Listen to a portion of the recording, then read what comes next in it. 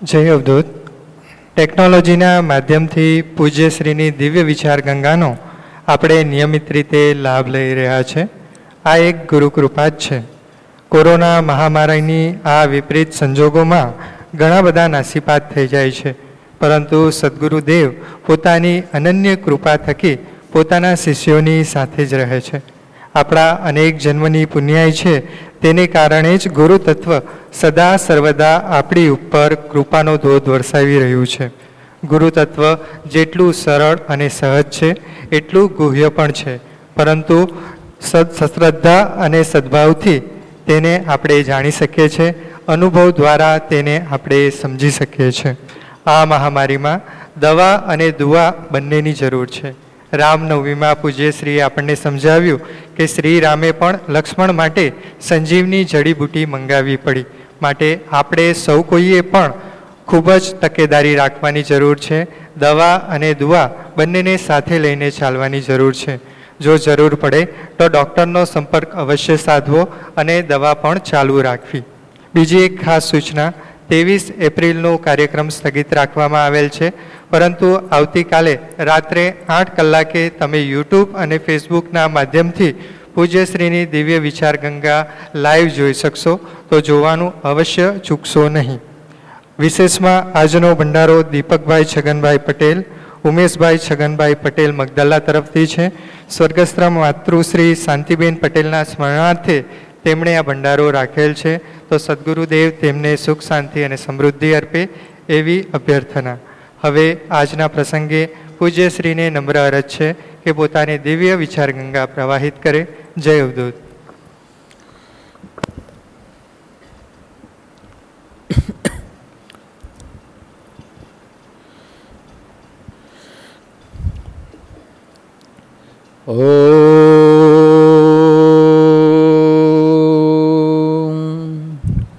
રામો રાજમણી સદા વિજયતે, રામં રમેશં ભજે, રામેણાભિહતા નિશાચરચમો, રામાય તસ્મૈ નમઃ. રામાનાસ્તિ પરાયણં પરતરં, રામસ્ય દાસોऽસ્મ્યહં, રામે ચિત્તલય સદા ભવતુ ભે, ભો રામ મામૂઢરમ.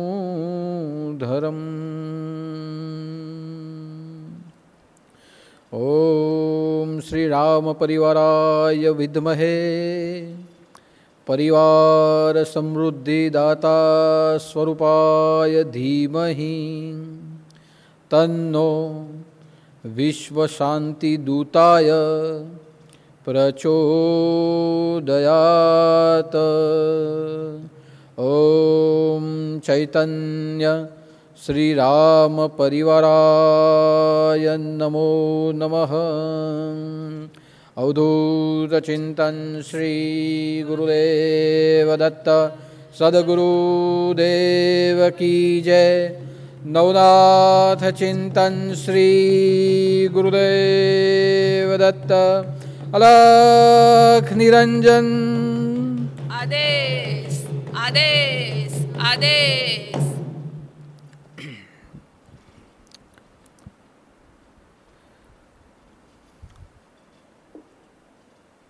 पूरे सृष्टि के पालन करता,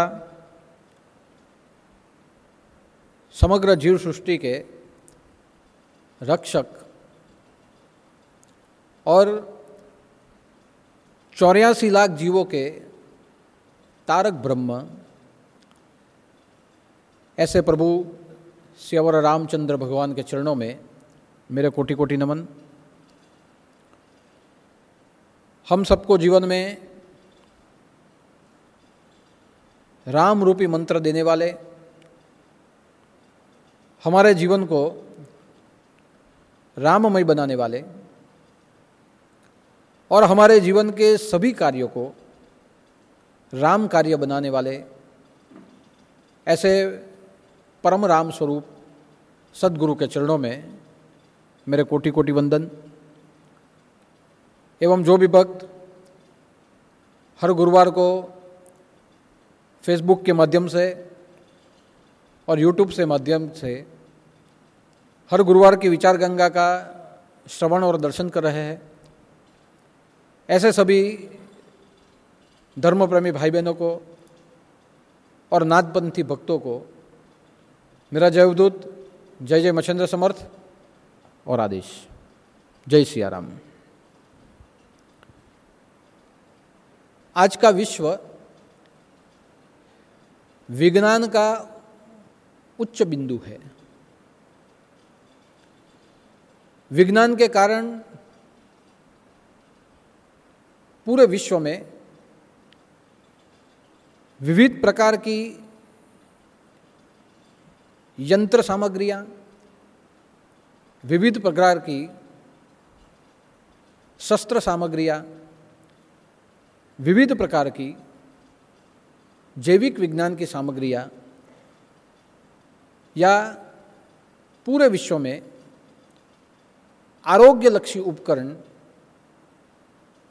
विज्ञान के ज्ञान द्वारा ही हमें प्राप्त हुए हैं। विज्ञान ने हमारे जीवन को सरल बनाया है, सहज भी बनाया है और सुलभ भी बनाया है। हमारे जीवन के 100 वर्षों के कीमती समय को विज्ञान ने इतना मूल्यवान बनाया है कि हमारे जीवन में विज्ञान का उपयोग करते हुए हम जो भी कार्य करें उसमें से भी बहुमूल्यवान समय हमारे लिए बचता है। और विज्ञान जब हमारे लिए समय बचा लेता है तब वही समय का सदुपयोग हम हमारे जीवन के आराम के लिए, हमारे परिवार के लिए और हमारे समाज के लिए योग्य रूप से उपयोग कर सकते हैं। इसलिए विज्ञान आज के युग का एक उच्च बिंदु है। विज्ञान के कारण सूक्ष्म से सूक्ष्म, स्थूल से स्थूल और महाकाय से महाकाय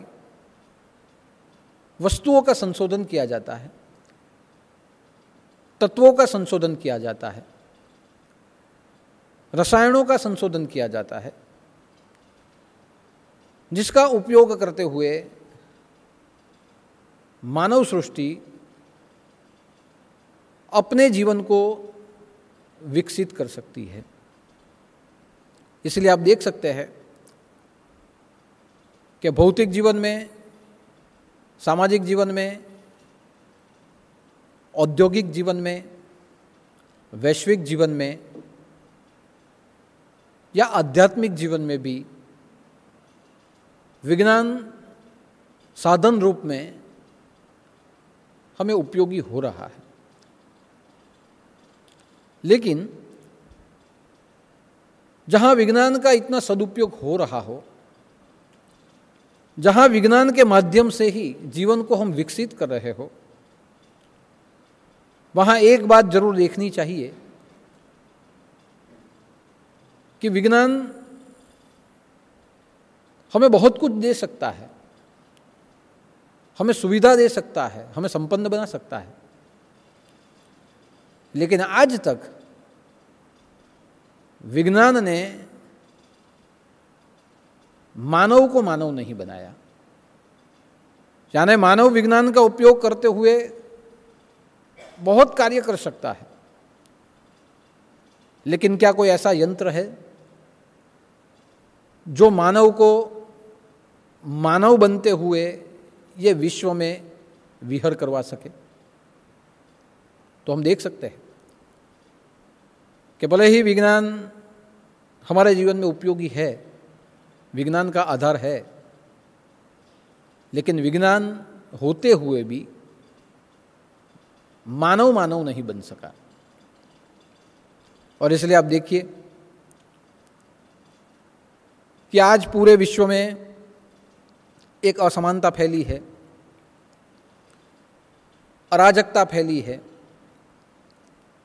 विश्व के सभी क्षेत्रों में दुराचार और भ्रष्टाचार भी फैला है। हमारे परिवार में भी अगर हम देखें तो परिवार में भी झगड़े, कलह और कंकास फैले हैं। जितनी वस्तुएं और जितनी सुविधाएं बढ़ रही है, वो सुविधा के उपयोग के लिए भी हमारे अंदर अंदर कलह और कंकास होते हैं। विश्व के प्रत्येक क्षेत्र में हम स्वयं देख रहे हैं कि असमानता का वातावरण है। आज विज्ञान ने हमें पृथ्वी ग्रह से लेके उपग्रह तक हमें पहुंचाया, चंद्र और मंगल तक पहुंचाया, आसमान में विहर करना सिखाया। लेकिन आज तक विज्ञान के उपयोग के द्वारा मानव मानव नहीं बन सका। अगर मानव मानव बन सकता होता तो हमें पूरे विश्व में शांति और समानता दिख सकती थी, भ्रष्टाचार नाश हो चुका होता था।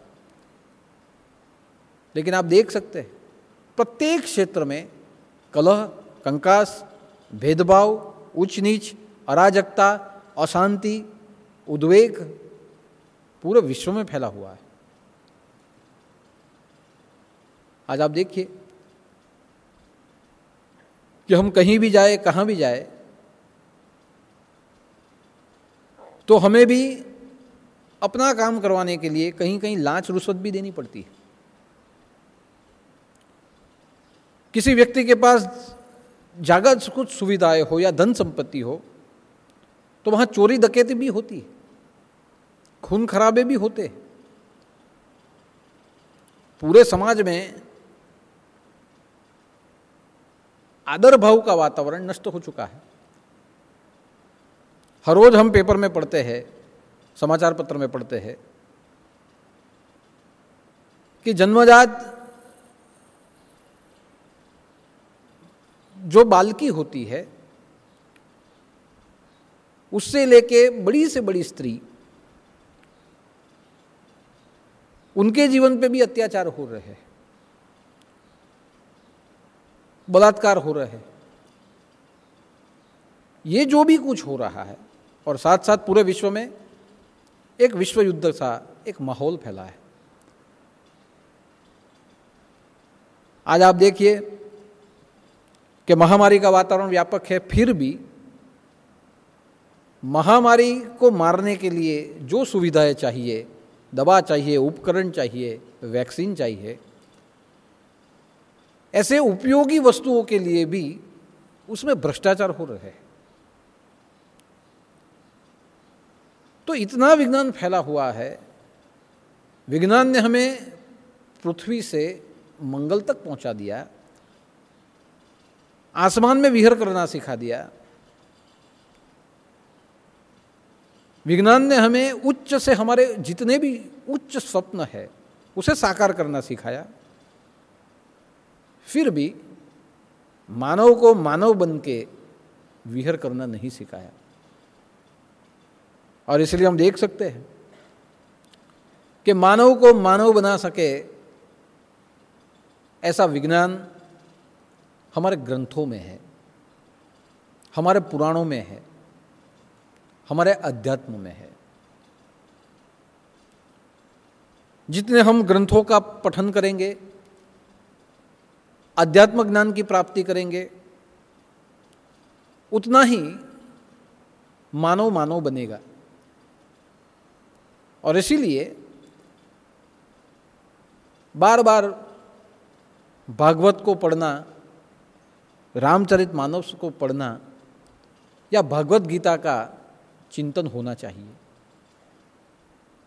हम सबके घरों में हमें बचपन से ही रामायण और महाभारत की वार्ताएं सुनाई जाती थी।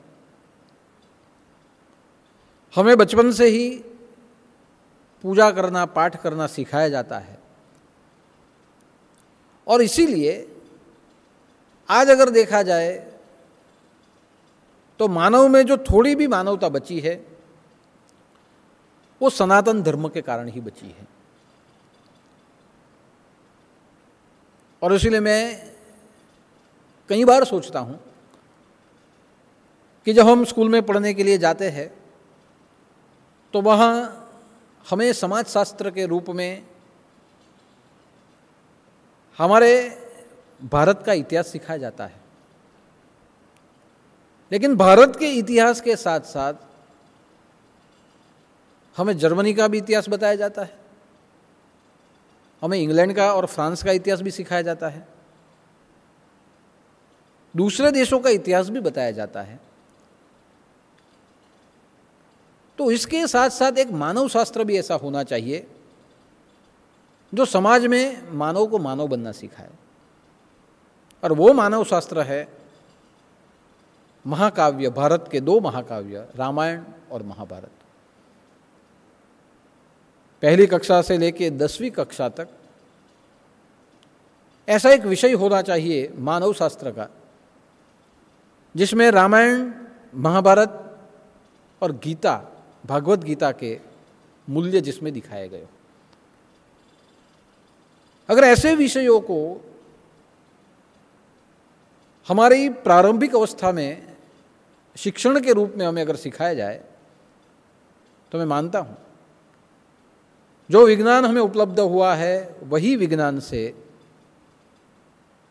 हम पूरे समाज को सुधार भी सकते हैं और समाज का उद्धार भी कर सकते हैं। अपनी मानव जाति का भी सुधार और विकास हम यह मानव शास्त्रों से कर सकते हैं। इसलिए आप देखिए, कभी कभी हमारे जीवन में हमें दुख पड़े तो हम वैसे ही कहते हैं कि भगवान राम को भी जीवन में दुख पड़ा था, वनवास हुआ था, उन्होंने भी संघर्ष किया था। तो उनसे ही हमें सीखना चाहिए कि हमें भी जीवन में दुख पड़ सकता है। उस समय में भी अधर्मी थे, इस समय में भी अधर्मी है। धर्म को अधर्म के सामने लड़ना पड़ता है। पांडव कौरव के सामने लड़े थे। यह सब द्वापर युग में भी हुआ था तो कलयुग में होना ही होना है। ऐसे हम हमारे मन को समझाते हैं। और ऐसे मन को हम कैसे कब समझा सकते हैं? जब हमने ऐसे शास्त्रों का अध्ययन किया हो तब हम समझा सकते हैं। ऐसे विचारों का हमने चिंतन किया हो तब जाके हम समझा सकते हैं। इसलिए आज के जीवन में, विज्ञान के जीवन में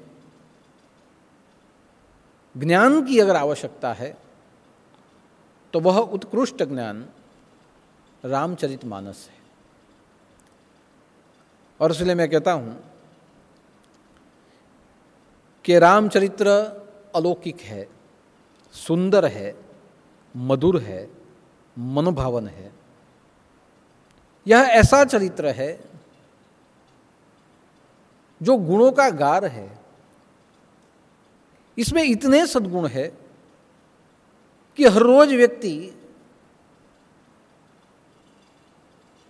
रामचरितमानस के एक पन्ने का भी पाठ करे या रामायण का एक पत्ते का भी पाठ करे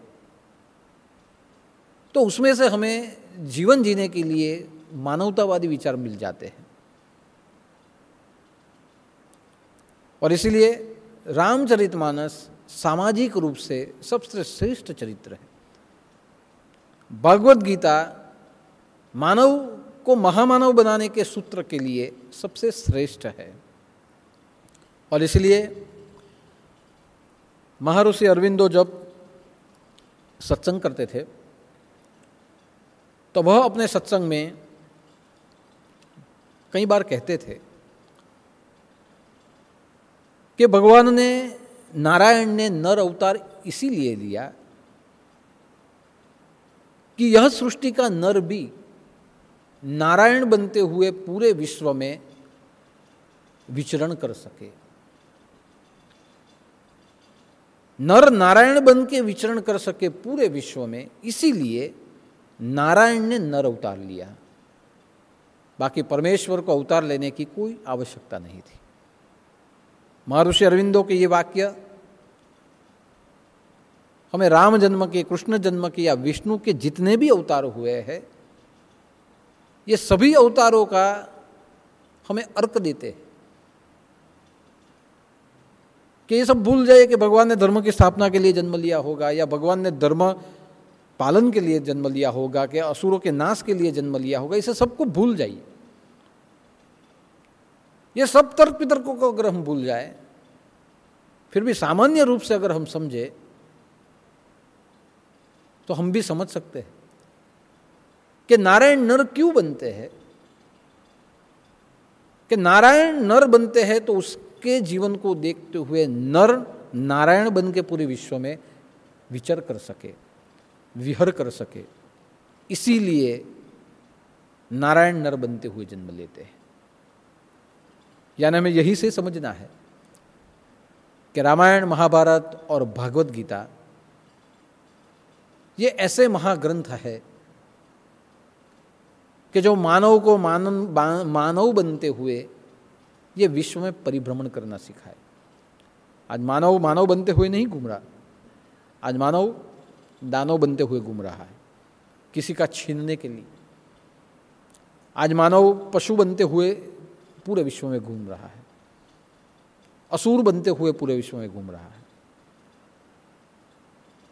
और यही असुर लक्षण, यही राक्षसी तत्वों और ऐसे स्वभाव से अगर हमें विश्व को बचाना है तो रामचरितमानस, कृष्ण चरित्र, परशुराम चरित्र, ऐसे चरित्रों का श्रवण और पठन ज़्यादा से ज़्यादा हमारे जीवन में हमें करना होगा। और इसीलिए आज के मैसेज में भी मैंने लिखा है कि रामचरित्र अलौकिक है, रामचरित्र सुंदर है, मधुर है, सरस है, सरल है, मनभावन है। और ऐसा मनभावन है जो हमें हमारे जैसा लगे। तुलसीदास जी जब तपश्चर्या कर रहे थे, अनुष्ठान कर रहे थे, तब उस समय पे उनकी भक्ति को देखते हुए भगवान परमेश्वर ने सबसे पहले उन्हें विष्णु रूप में दर्शन दिए। जैसे ही भगवान ने विष्णु रूप में दर्शन दिए, वैसे ही तुलसीदास जी ने भगवान को दो हाथ जोड़ते हुए कहा कि भगवान, आपने पूर्ण पुरुषोत्तम कृष्ण रूप में मुझे दर्शन दिए हैं, लेकिन मैं आपको प्रार्थना करता हूं कि मैं आपकी भक्ति राम रूप को देखते हुए कर रहा हूं।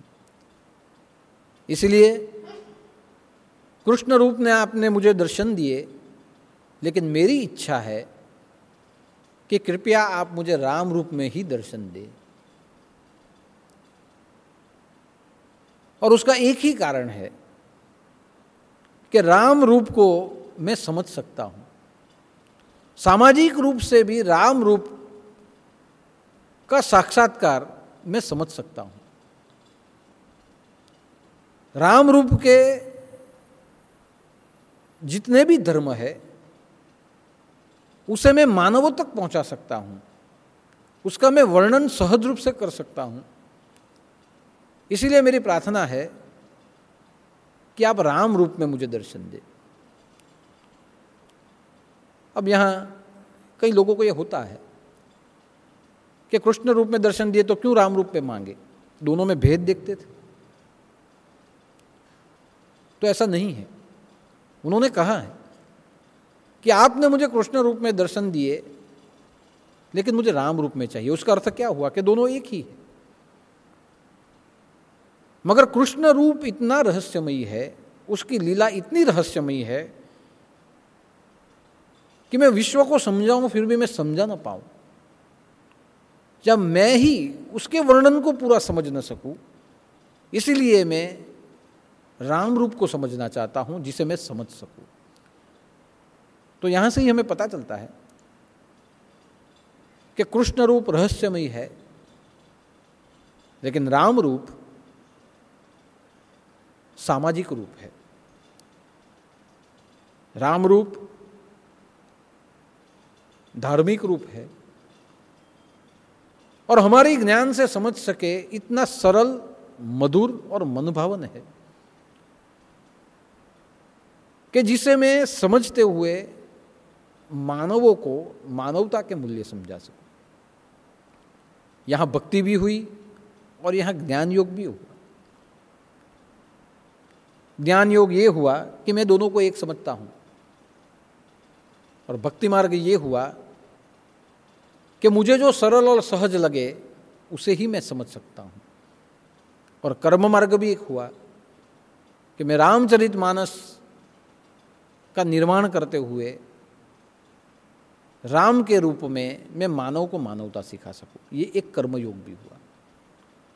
तो जहाँ गोस्वामी जी, तुलसीदास जी भी राम रूप को मानव रूप समझते हुए, सामाजिक रूप समझते हुए रामचरित्र का वर्णन रामचरित मानस के रूप में करते हैं। और इसलिए आपने देखा होगा कि जब कुंभकर्ण को युद्ध के समय में जगाया गया और कुंभकर्ण जब जागा तो कुंभकर्ण ने जागते हुए, क्रोधित होते हुए वहां के सिपाहियों को पूछा कि बोलो मुझे क्यों उठाया है, समय से पहले मेरी निंद्रा को भंग क्यों किया,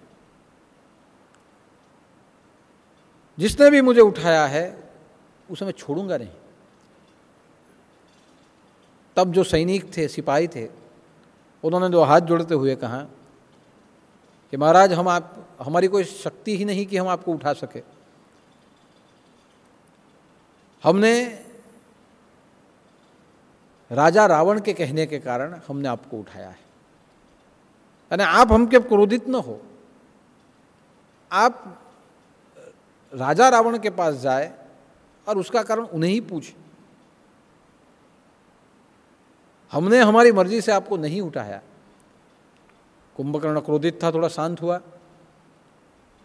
कि अगर रावण ने उठाया है तो उसका कुछ ना कुछ कारण होगा। कुंभकर्ण रावण के पास जाता है और बड़े भाई को प्रणाम करते हुए बोलता है कि आपने मुझे क्यों उठाया, लंका में ऐसी क्या विपत्ति आ पड़ी कि मुझे जगाना पड़ा, या इतने बड़े सब योद्धा है फिर मेरी क्या जरूरत पड़ी, और ऐसी कौन सी आपत्ति है जिसके कारण लंका संकट में। तब रावण ने कहा कि राम से युद्ध हो रहा है, सीता को मैं हरण करके लाया हूं और राम उसे लेने के लिए आया है, राम से युद्ध हो रहा है और मेरे कितने संतान, महाबली राक्षस जितने भी थे वो सब मारे जा चुके हैं और वानरों के द्वारा मारे जा चुके हैं। और जब जब मारे जा रहे हैं तब मुझे ऐसे लगा कि अब तुझे उठाना होगा। तब कुंभकर्ण ने सोचा और 2 मिनट रुकते हुए कुंभकर्ण ने कहा कि ये जो युद्ध हो रहा है ये सीता के लिए ही हो रहा है। तो हाँ, सीता के लिए ही हो रहा है। तो आप जो सीता का हरण करके आए, आपने जाके सीता को उसकी मर्जी पूछी? तो बोले पूछी, और उसने कहा कि मैं राम के सिवा मेरे जीवन में कोई परमेश्वर ही नहीं है, मेरा पति मेरा परमेश्वर है। फिर क्या हुआ? तो वो नहीं समझी। आपके समझाने के बाद भी नहीं समझी। तो आपके पास तो ऐसी विद्या है कि आप राम का रूप लेके उसके सामने जा सकते हो, तो राम रूप लेके जाइए और उसे अपना बनाइए। ये विद्या तो आप भी जानते हैं, तो आप जाइए और राम रूप लेके जाके उसे अपना बनाइए। अगर सीता की प्रीति राम में है तो अवश्य आपके वश हो जाएगी। रावण को न स्वीकारे, राम के शरीर को तो स्वीकारेगी। तब रावण कुछ बोला नहीं। कुंभकर्ण ने कहा, क्यों बोलते नहीं, आप बताइए। तब रावण ने कहा कि मैंने वो विद्या का उपयोग किया था, मैंने राम का रूप लेके मैं सीता के सामने में गया, लेकिन उसमें एक मुश्किल हो गई। क्या हुई कि जब मैंने राम का रूप लिया और मैं जब सीता के सामने गया तो सीता मुझे माता के समान दिखी। सीता के पास जाते हुए सीता मुझे देवी के स्वरूप में दिखी, मां के स्वरूप में दिखी। वहां जाने के बाद मेरे मन का विकार भाव ही नष्ट हो गया, मैं कुछ बोल ही नहीं पाया। और जब मैंने राम का रूप छोड़ दिया तो वापस मेरे अंदर सीता के लिए वासना जगी, विकार भाव जगा। जैसे मैंने वापस राम का रूप लिया वैसे मेरा विकार नष्ट हो गया, मुझे माता समान दिखी। इसीलिए मैंने विद्या का प्रयोग किया, मगर राम रूप होने के बाद में मेरे मन से विकार नष्ट हो गए। इसीलिए ये विद्या असफल रही। तब कुंभकर्ण ने कहा कि आप बड़े भाई हैं, लेकिन मैं आपको इतना ही समझाता हूं कि आप जरा सोचिए, राम का मायावी रूप धारण करने के बाद आपको सीता माता स्वरूप दिखती है, देवी स्वरूप दिखती है, सीता के प्रति मन के विकार नष्ट हो जाते हैं, तो जरा सोचिए कि राम कौन होंगे, राम चरित्र क्या होगा, राम का व्यक्तित्व क्या होगा, जिसका स्मरण करने से, जिसका मायावी रूप लेने से रावण मर जाता है और राम जन्म ले लेता है, दृष्टि बदल जाती है। तो जरा सोचिए कि राम मानवी नहीं है, परब्रह्म है। जब जीव शिव में मिल जाए तो वो शिवत्व को प्राप्त करता है। जब अपवित्र सोना भट्ठी में तपता है, उसकी अशुद्धियाँ नष्ट होती है तो परिपूर्ण रूप से वो सोना बन जाता है। ठीक वैसे ही आपके अंदर के विकार जब आप राम रूप होते हो तो नष्ट हो जाते हैं। तो यहाँ ही समझ जाइए कि राम का व्यक्तित्व क्या होगा। राम स्वयं नारायण है।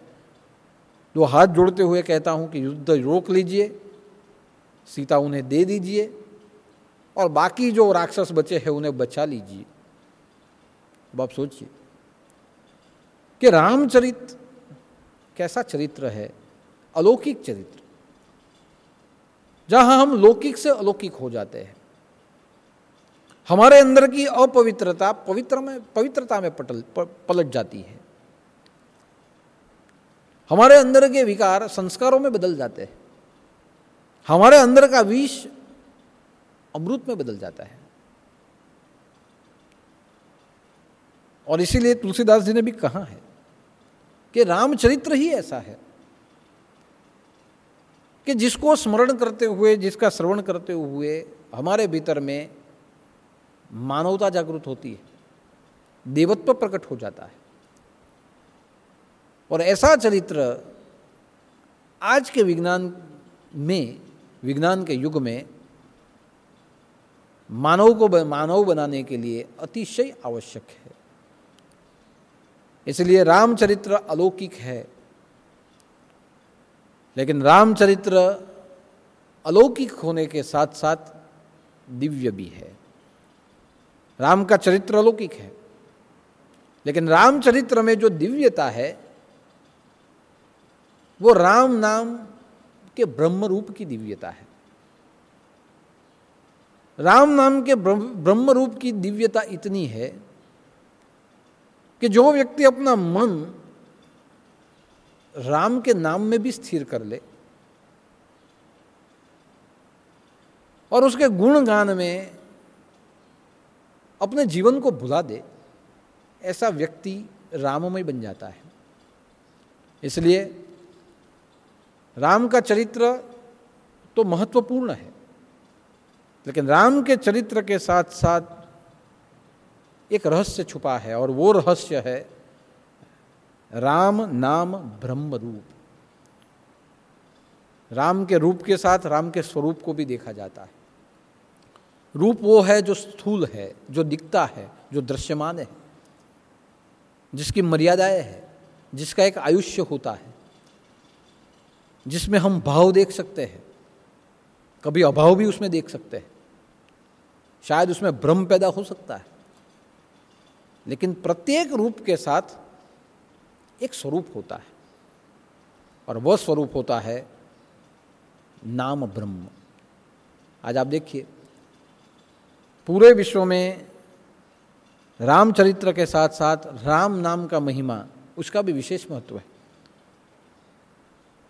और मैंने तो ये देखा है कि पूरी दुनिया राम के चरित्र से भी ज़्यादा राम के नाम को महत्व मानती है, उसके नाम का महत्व मानती है। और राम नाम का महत्व ही इतना है कि जहाँ राम प्रत्यक्ष मौजूद न हो फिर भी उसका नाम लेके कोई काम करे तो वो काम सफल हो जाता है। और इसीलिए तुलसीदास जी ने भी कहा है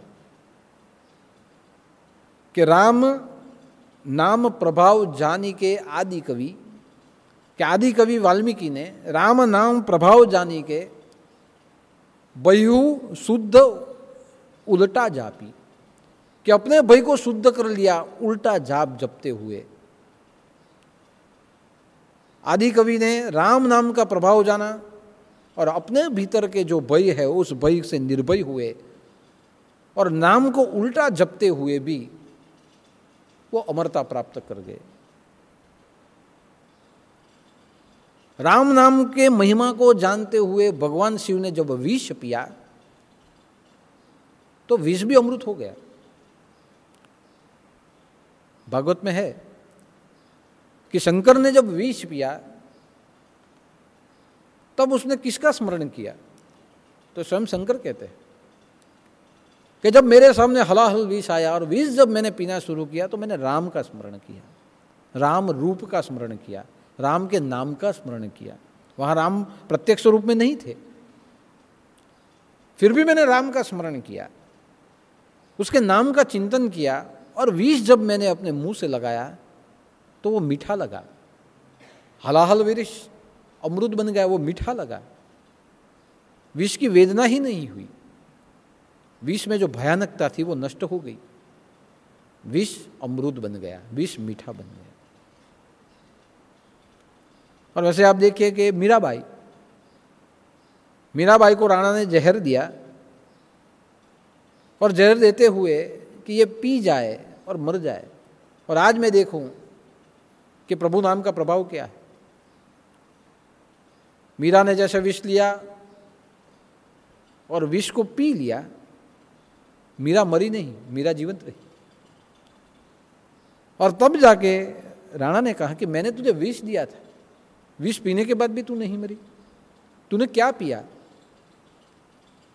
तब मीरा ने कहा कि सही में तुमने विष ही दिया था क्या मुझे? हाँ विष ही था, तो तू मरी क्यों नहीं?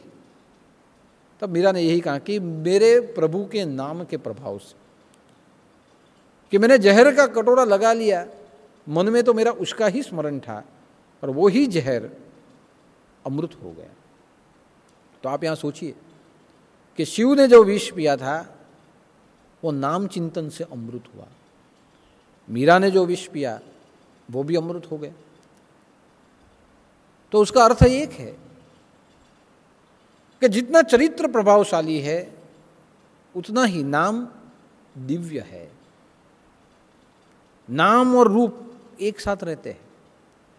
जैसे आम की गुठली हो तो आम की गुठली ये स्वरूप, ये रूप है, जो दिखती है, जिसकी मर्यादा है, जिसमें संभावना है, जिसका एक आयुष्य है, जिसमें गुण कर्म सब उसमें है, ये दिखती है। लेकिन जब उसे जमीन में बो दिया जाए और उसे पानी, प्रकाश या खाद दी जाए तो उसमें से अंकुर फूटते हैं। ये जो अंकुर है ये सूक्ष्म है।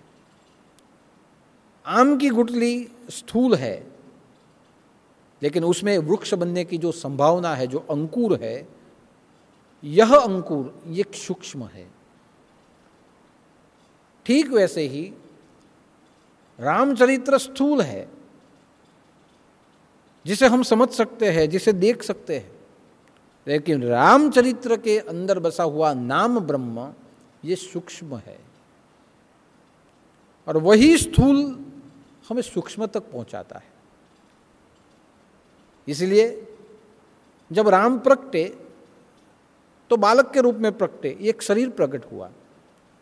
शरीर को स्थूल माना जाता है, आज जो शरीर है ये स्थूल है।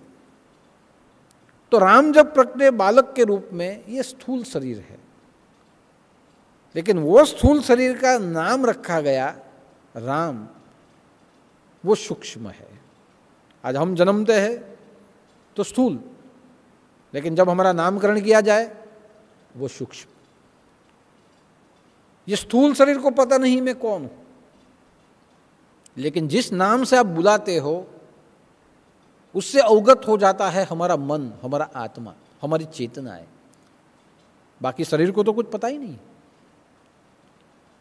और इसीलिए अगर शरीर को पता होता तो मरने वाला व्यक्ति सुनता था। मरने वाला सुनता है उसके नाम से। जब वो मरता है उसके नाम से हम कितना कुछ बोलते हैं, उसके शरीर को हिलाते हैं,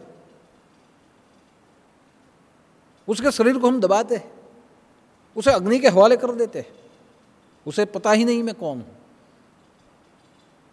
तो सुनता कौन है? शरीर नहीं सुनता। शरीर के अंदर में जो सूक्ष्म है, जो चेतन है, वो चेतन ग्रहण करता है कि मैं ये हूं। और इसलिए नाम स्वरूप, रूप से भी जो सूक्ष्म होता है वो नाम ब्रह्म होता है।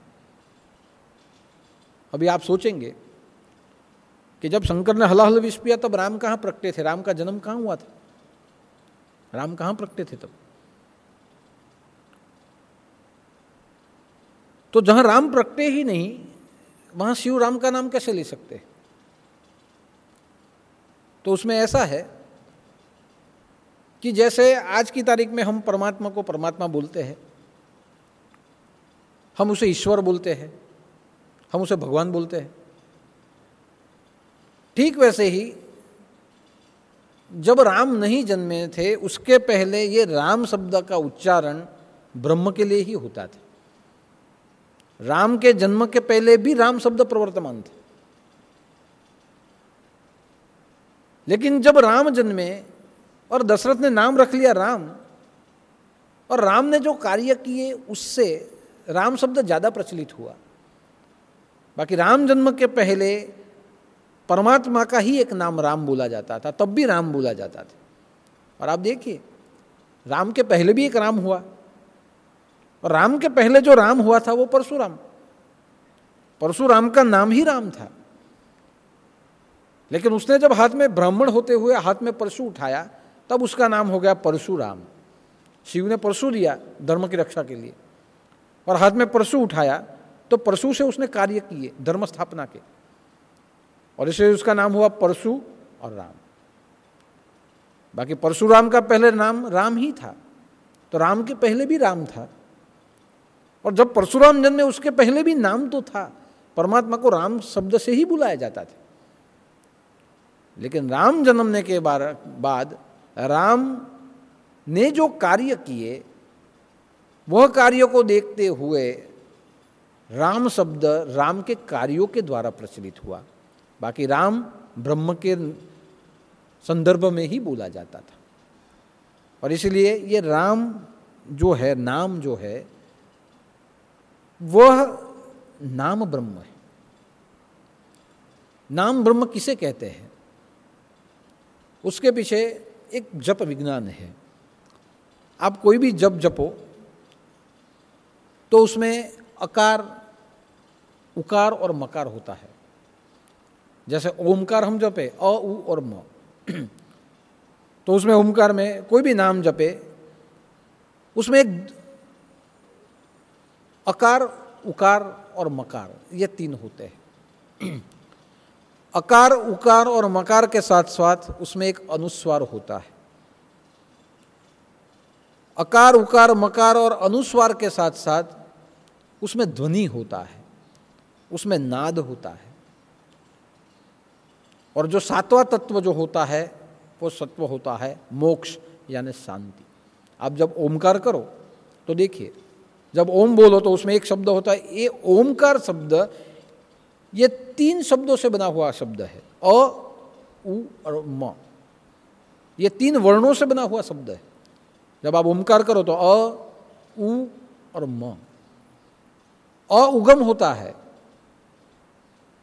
उ जो होता है वो उसका विलास होता है, विकास होता है, और म जो होता है वह मौन होता है, वहां क्रिया बंद हो जाती है।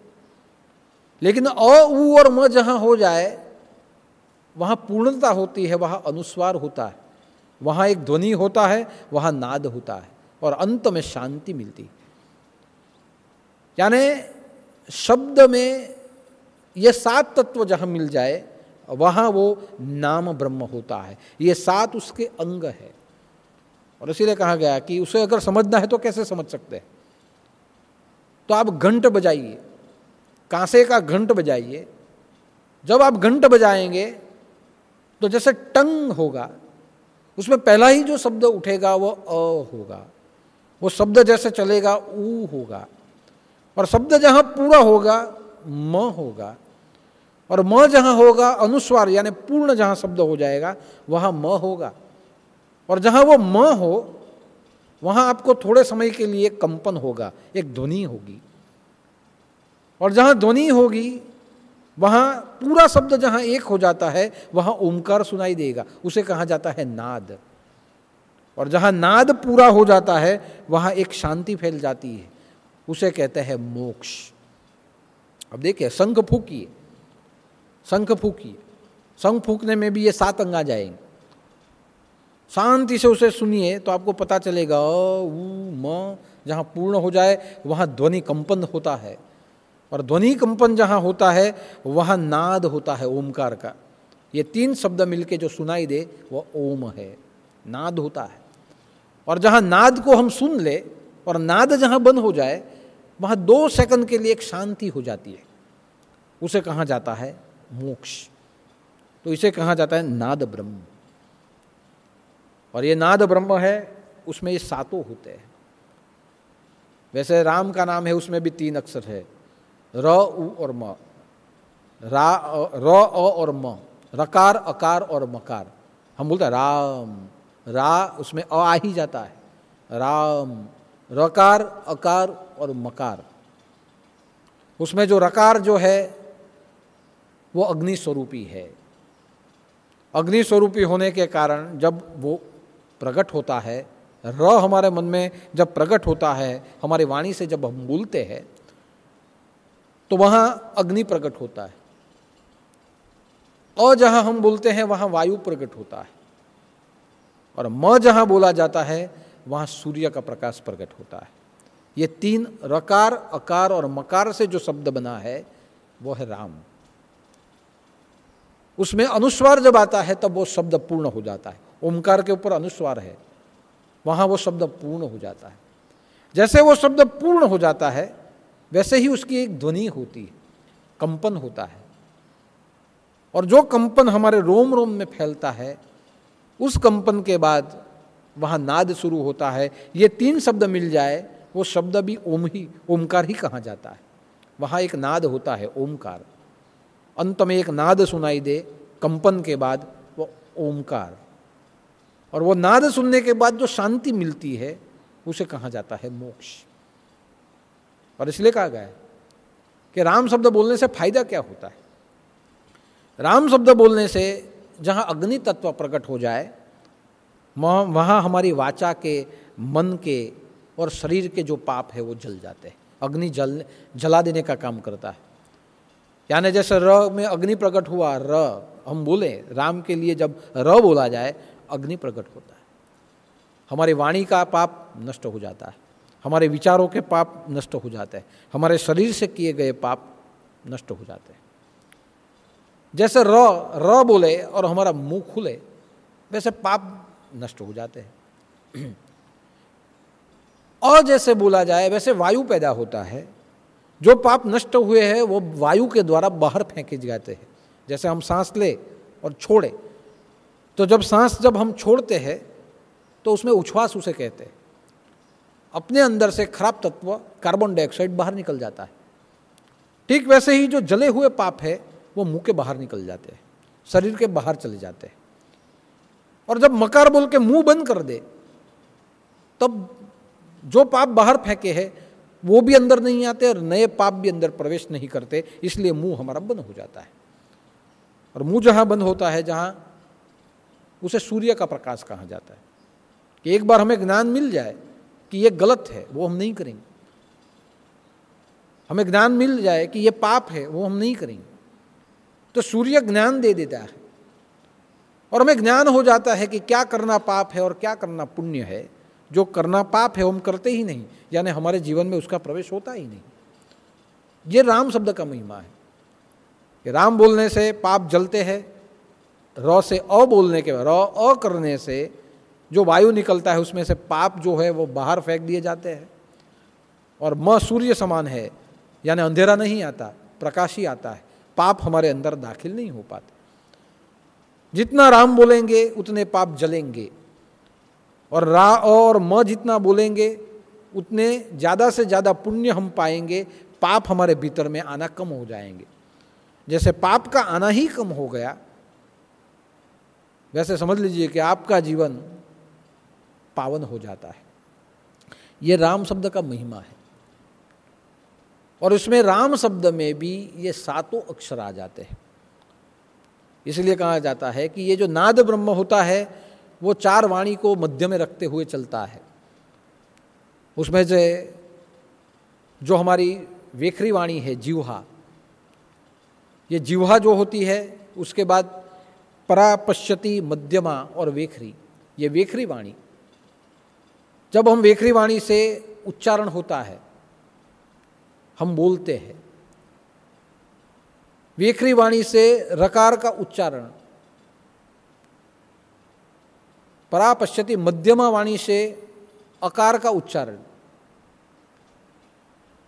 परा, पश्यति, मध्यमा और वेखरी, पश्यति वाणी से मकार का उच्चारण, और अंत में जहाँ नाद, ध्वनि और शांति मिले वो होती है हमारी परावाणी। यहाँ से ये तीनों स्फुरित होते हैं। और इसलिए जो भी आप मंत्र बोलो, ये मंत्र यहीं से बोला जाता है, बाहर निकलता है। जैसे जैसे ये बोला जाए वैसे वैसे वैसे हमें ध्वनि, नाद और शांति हमारी नाभि से प्राप्त होती है। लेकिन उसके पहले ये तीनों वाणियाँ हमारी स्पष्ट होनी चाहिए। जैसे हमारी तीनों वाणियाँ स्पष्ट हुई, वैसे अपने आप नाद ब्रह्म की अनुभूति हमारी नाभि से होती है। अनहद नाद, अपने आप वो शांति हमारे अंदर प्रवर्तमान हो जाती है। नाद हमें 24 घंटे सुनाई देता है। ध्वनि का कंपन हमारे रोम रोम में फैल जाता है और उसे कहा जाता है नाद ब्रह्म, नाम ब्रह्म। इसलिए आज के मैसेज में मैंने लिखा है कि राम का नाम ब्रह्म है, राम ब्रह्म है, नाम ब्रह्म है। और ब्रह्म इसे ही कहा जाए जो हमारे भीतर में जीवंत रहे, जो हमारे ब्रह्म जो हमारे साथ रहे। ब्रह्म किसे कहा जाए? जो 24 कलाक जागृत रहे वो ब्रह्म है। उठते हुए बैठते हुए जो हमारे साथ रहे, हमारे भीतर में रहे, वो ब्रह्म है। जो कभी नष्ट न हो वह ब्रह्म है। और नष्ट न होने वाला क्या है? ओमकार। राम के नाम में बसा हुआ ओमकार कभी नष्ट नहीं होता। और इसलिए तो कहा है कि चलते उठते फिरते बैठते हुए राम जपो। क्यों जपो?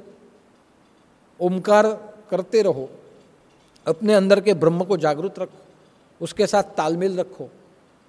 अगर उसके साथ हमारा तालमेल रहेगा, पूरी सृष्टि हमें राममय लगेगी। और जहाँ पूरी सृष्टि राममय लगेगी, वहाँ हमारा शत्रु कौन, हमारा मित्र कौन। हमें दुख और सुख किसी से नहीं होते, हमारा मित्र शत्रु कोई नहीं होता। हमें राग द्वेष किसी से नहीं होते। हम नर में भी हम नारायण का अनुभव करते हैं और पूरी सृष्टि को राममय बनाते हुए हमें अपने जैसी लगती है, अपनी लगती है। और वहीं से सत्कार्य की शुरुआत वहीं से हो जाती है। इसीलिए इसे कहा गया है राम नाम ब्रह्म है।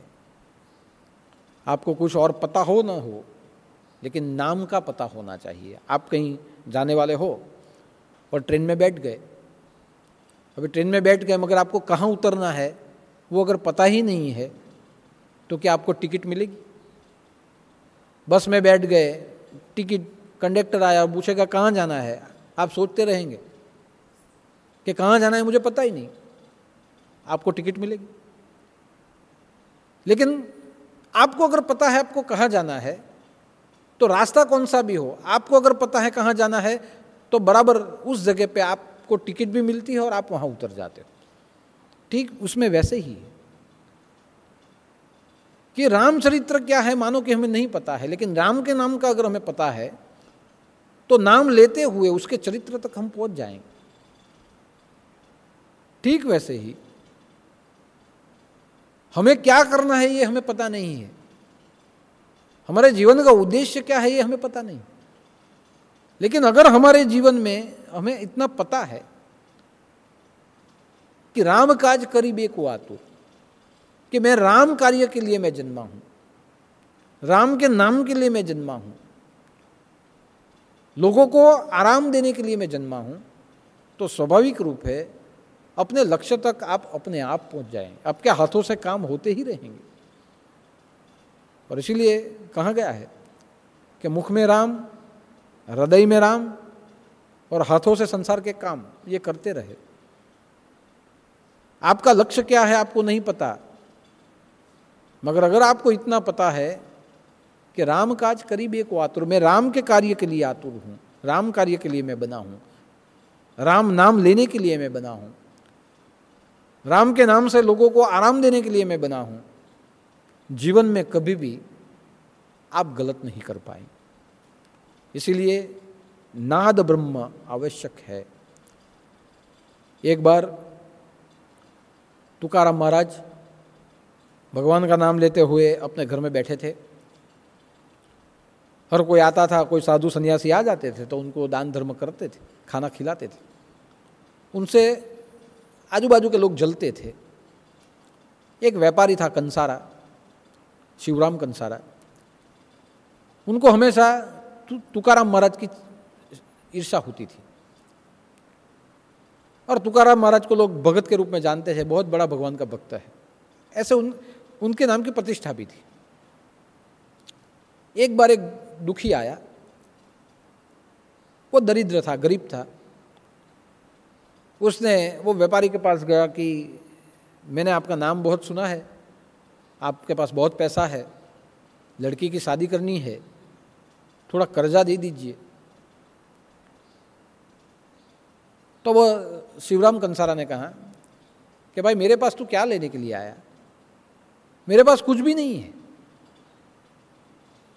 अगर तुझे कोई दे सकता है तो तुकाराम के पास जा, वो देगा। मेरे पास देने के लिए कुछ नहीं है, देने के लिए ये लोहे का सिक्का है, ये लोहे का सिक्का मैं तुम्हें दे देता हूँ, बाकी मेरे पास देने के लिए कुछ नहीं है, जो है वो मेरे लिए ही है। लेकिन मैंने सुना है कि जो तुकाराम के पास जाता है उसे वो सब कुछ देता है, तो ये सिक्का पकड़ और जाओ उसके पास, वो जो देगा वो ले लेना, मेरे पास कुछ नहीं। अभी वो भी तुकाराम महाराज को तो जानता नहीं था, लेकिन उसे ऐसे लगा कि तुकाराम महाराज इससे भी बड़े बड़े साहूकार होंगे, जब बड़े व्यापारी होंगे। कई बार ऐसा होता है, हम आश्रम में यहाँ हर एक आने वाले को खाना खिलाते हैं, कई बार हमारा बिली मोहरा के बड़े बड़े मंदिर है, उधर कोई पहुंच जाते हैं तो यहाँ ही भेजा जाता है कि भाई हमारे पास तो अभी कुछ नहीं, आप आश्रम में जाओ, खाना खिला देंगे, आश्रम में कभी भी खिला देंगे। कई ऐसे जिसे खाना नहीं मिलता, कई ऐसे साधु सन्यासी वो ढूंढते ढूंढते आश्रम का नाम ढूंढते हुए आते हैं कि हम कहीं गए थे, वहाँ जाके हमको ऐसे बोला वहाँ जाओ, वहाँ हो जाएगा बंदोबस्त, और मेरे पास यहाँ आते। और माँ भगवती की कृपा है, 24 घंटे में कोई भी आया खाने के लिए, यहाँ अन्नपूर्णा मेहरबान है, भोजन मिलता ही मिलता है। लोग यहाँ ढूंढते हुए आते हैं। वैसे ही वहाँ हुआ कि जाओ वहाँ, वो बहुत ज़्यादा पैसा है उसके पास, जाओ वो कुछ दे देगा। उसे लगा वो तुकाराम बहुत बड़े व्यापारी होंगे, जाओ एड्रेस लिया और ढूंढते ढूंढते गया। तुकाराम महाराज अपना कीर्तन कर रहे थे, वहाँ जाके खड़ा रहा। महाराज ने बोला बोलो क्या काम है? तो काम में ऐसा है कि मेरी लड़की की शादी है, मेरे पास पैसे नहीं, और मैं यहीं गया तो मुझे ऐसे कहा गया कि तुकाराम महाराज के पास जाओ, उनके पास बहुत पैसे है, वो आपको मदद करेंगे, हमारे पास देने के लिए कुछ नहीं, ये लोहे का सिक्का दिया है और कहा है कि उनसे ही ले लेना, उनके पास बहुत कुछ। तब तुकाराम महाराज ने कहा कि मेरे पास तो राम नाम के सिवाय कुछ है ही नहीं, मैंने राम नाम रतन धन पायो, और कुछ नहीं मेरे पास, तो मुझे ये दिया है और कहा है कि उनके पास ही जाना। तुकाराम महाराज ने आंख बंद करते हुए वो लोहे का सिक्का लिया और श्री राम जय राम बोलते हुए उसे फेंक दिया। फेंका तो बाजू में भट्ठी थी, वो भट्ठी में जाके सिक्का गिरा।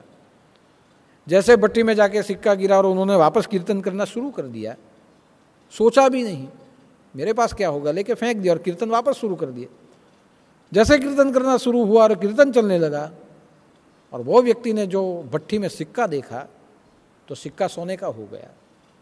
वो दौड़ता हुआ गया, लोहे का सिक्का सोना बना। जैसे सोना बना वो नाचने लगा और तुकाराम महाराज को कहा कि नहीं, उसने बोला था सही है, आपके पास ऐसा कुछ जादू है जो मेरे लोहे के सिक्के को सोने का कर दिया, इसे मैं बेच के मेरी लड़की की शादी कर लूँगा। तुकाराम महाराज निर्लेप भजन कीर्तन में मस्त रहे। गांव में बात फैल गई कि संत तुकाराम के पास ऐसा पारसमणि है जो लोहे को सोना बना दे। जैसे जैसे लोगों में बात फैलती गई, लोग सामने से आते गए, लोहा लेके आने लगे, लोहे का बर्तन लेके आने लगे, महाराज सोना कर दे। बहुत फैली बात, उनके दर्शन के लिए लोग जाने लगे। ये बात जैसे शिवराम कंसारा को पता चली, वो सोचने लगा। उसने उसको बुलाया कि बताओ कहाँ है सोने का सिक्का, दिखाया उसने। वो सीधे गया तुकाराम महाराज के पास कि चमत्कार कैसे हुआ, मुझे क्षमा कर दीजिए, मैंने आपकी मस्करी की थी, मजाक की थी, लेकिन ये तो सच हो गया। क्या सचमुच आपके पास पारसमणि है क्या? तब संत तुकाराम ने कहा कि मेरे पास पा रसमणि नहीं है। पा यानी आधा, मेरे पास पा रसमणि नहीं है, मेरे पास पूरा ही मणि है, आधा मणि नहीं, पा रसमणि नहीं है, मेरे पास पूरा मणि है, पूरा पारस है मेरे पास। तो कहाँ है? यही मेरा कीर्तन, राम नाम का कीर्तन। राम कहो राम कहो राम कहो रे प्यारे, यही राम नाम का कीर्तन मेरा पूरा पारसमणि है। इससे लोहा तो क्या, जीवन भी सोना बन जाता है जो मेरा बना है। ऐसा जब बोध दिया, उसने माफ़ी मांगी और हमेशा हमेशा के लिए तुकाराम महाराज का वो भक्त बना। अब आप देखिए कि इसे कहा जाता है नाम ब्रह्म, कि कोई दुखी आया, नाम ब्रह्म की उपासना की। जैसे नाम ब्रह्म की उपासना की, जो दुखी आया था उसको जो मिलना था वो भी मिल गया, और तुकाराम महाराज को आनंद, निजानंद प्राप्त हुआ। यही समय समझना चाहिए कि राम नाम से अगर लोहा पारस सोना हो जाता है, कथिर कांचन हो जाता है, तो हमारे जैसा ये शरीर ये भी सोना बन सकता है। ये नाद ब्रह्म की, नाम ब्रह्म की ये उपासना है। इसीलिए राम का चरित्र दिव्य अलौकिक है। राम नाम ब्रह्म, ये दिव्य है। जो कोई प्रभु का प्यारा अपना मन राम नाम ब्रह्म में एकाग्र कर लेता है,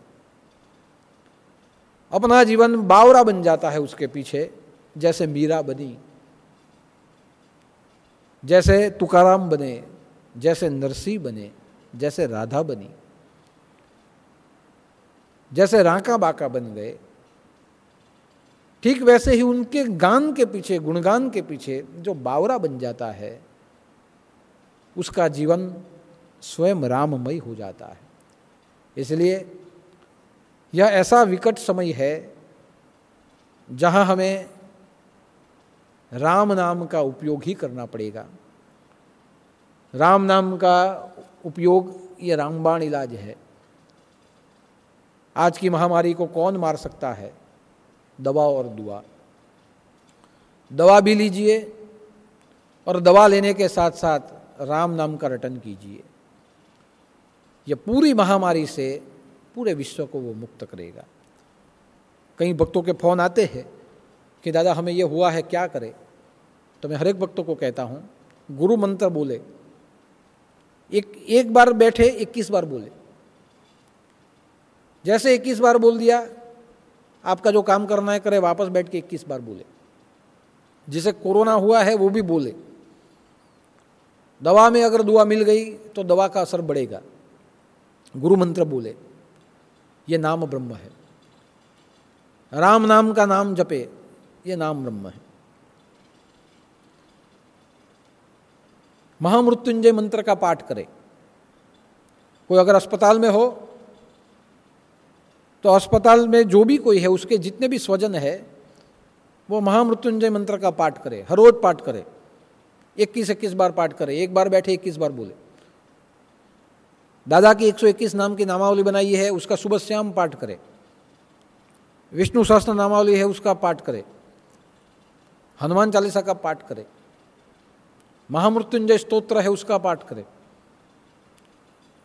अगर घर का प्रत्येक व्यक्ति ऐसा कुछ न कुछ करते रहेगा तो जो व्यक्ति महामारी से लड़ रहा है उसे अपने आप प्राण ऊर्जा उसे प्राप्त होगी, उसे अपने आप जीवन प्राप्त होगा, उसकी रिकवरी होगी।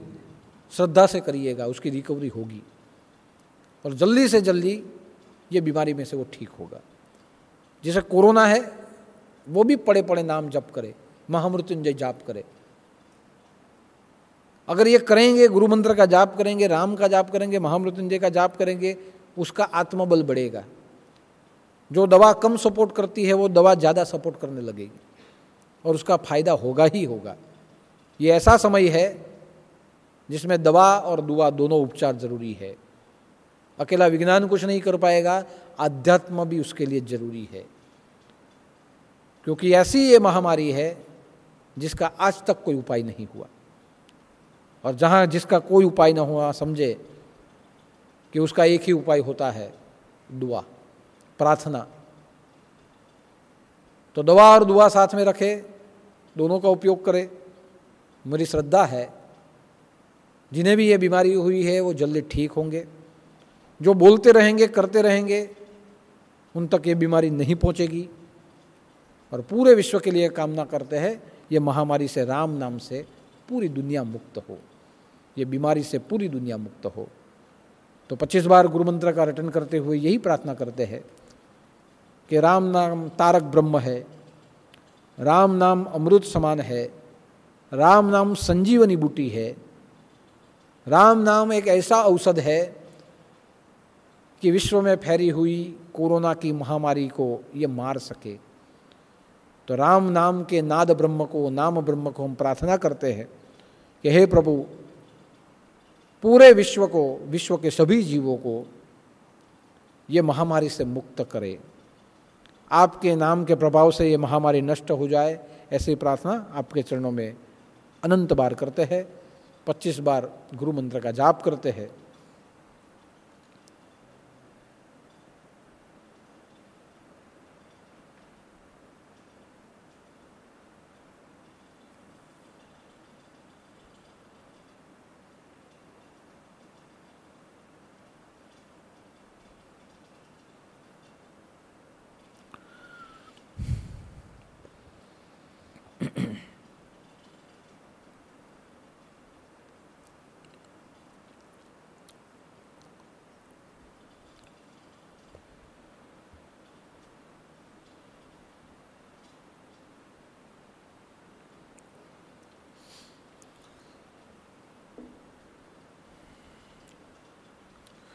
गोरक्ष झालंधर चरपटाश्च अड़वंगकानीफमच्छेन्द्राज चौरंगी रेवाणक भर्तोरी संज्ञा भूम्याम्ब वर्णनाभसिद्धः जय जय मच्छेन्द्र समर्थ जय जय मच्छेन्द्र समर्थ जय जय मच्छेन्द्र समर्थ सारनाथ महाराज की जय छोटे दादा की जय।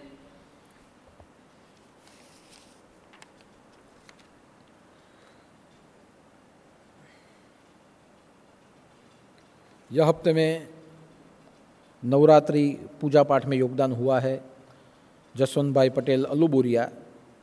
30 किलो फूल उनकी ओर से आए, पूजा में उसका उपयोग हुआ। आज का भंडारा मनीष भाई डी पटेल की ओर से 15 किलो बैंगन, 1 किलो काकड़ी और 5 किलो चौड़ी उनकी ओर से योगदान में आया है। आज का भंडारा मगदला से आने वाले एक परिवार की ओर से है जिन्होंने अपने माँ के स्मरण में आज का भंडारा करवाया है, तो उनके लिए भी हम प्रार्थना करते हैं कि वो सब तंदुरुस्त रहे और सुखी रहे। तो राम नाम की महिमा अमोघ है और हम सबको भी राम नाम लेते रहना है। कोरोना महामारी प्रवर्तमान रूप में चल रही है, उसका संक्रमण बढ़ रहा है। हर कोई भक्त अपना प्रिकॉशन ले, अपने घर के सभी सदस्यों को संभाले और जो करना पड़े वो सब उपचार करे। परमात्मा से मैं प्रार्थना करता हूँ कि हो सके तो किसी तक ये बीमारी न पहुँचे, सब लोग इस बीमारी से मुक्त रहे।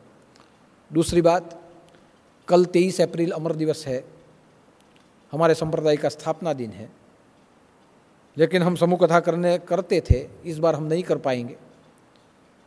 फिर भी आश्रम की प्रणालिका के मुजब यहाँ कुछ ना कुछ पूजा पाठ होगा और संक्षिप्त रूप में उसे मनाया जाएगा। लेकिन अमर दिवस की जो भी विचार गंगा है वह कल रात यानी शुक्रवार रात 8 बजे आप YouTube के ऊपर से सुन पाएंगे। तो आज की विचार गंगा और कल की विचार गंगा भी आप YouTube के ऊपर सुन पाएंगे।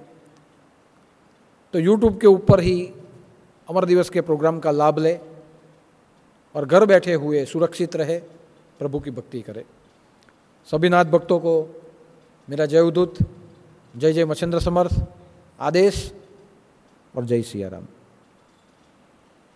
एक वारसा ने दादा की जय, नाथ पंथ अमर रहे, सियावर रामचंद्र भगवान की जय।